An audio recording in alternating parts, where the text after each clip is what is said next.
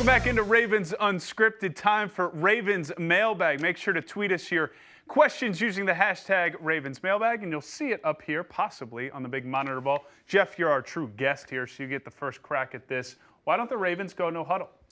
I mean, first of all, why this team's had so much success offensively, and even as a team, is because they've been able to maintain long drives. They've been able to control the clock, wear down defenses, keep opposing offenses on the field, on the sideline. This is not a quick strike team, and they've had success. And two, they haven't needed to. I mean, what's the point? I mean, they have the number one highest scoring offense in the league, and usually when teams go to no huddle, it's to kind of change the rhythm of stuff, to get their quarterback going. This Ravens offense has been in gear since week one, and they haven't needed to change up. All right, change it up. Next tweet here. Next question. This one's for Cliff. Is this the best win of the season so far? Obviously referencing the win over San Francisco.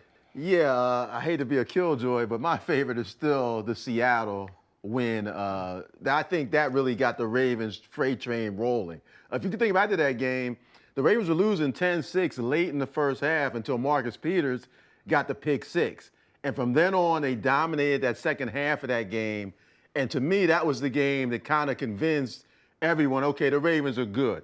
Since then, they've shown you how good they can be. But I think that was a turning point in the season. That game, the Marcus Peters introduction to the defense, the way they won a tough road game with Seattle. I love the San Francisco win. I love all wins. But I think that Seattle win, to me, was my favorite. I'm going Patriots game. That atmosphere, Sunday Night Football, defending Super Bowl champions.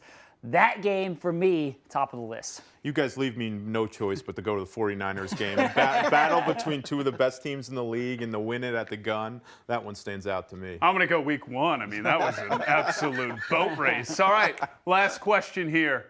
And this one we save for when Garrett Downing. If the Ravens clinch the number one seed before the Steelers game, week 17, can you see Harbaugh benching, obviously sitting, Lamar and other starters? This is always that age-old question. Yeah, I don't think that they would sit the entire game. I think that they would probably get a half of work. Look, this would be obviously a good position to be in, but I think that you won't want to go into a game like that and have these guys sit for 2 weeks, 3 weeks really before the next game, because if you have the first round, you have the number one seed, you have a first round bye. So I think they would probably play about a half, and then maybe the second half they sit a number of guys. Look, there's not so many, you don't have a ton of guys. It's not like you have a 90-man roster, so a lot of these guys have to play during the regular season, so keep that in mind as well. Jeff, why didn't you ask this to John at the the press conference on Monday? I think that would have been a classic case of looking too far ahead. We're happy to answer all your questions. Use the hashtag Ravens Mailbag, and we'll get them up here on the big screen.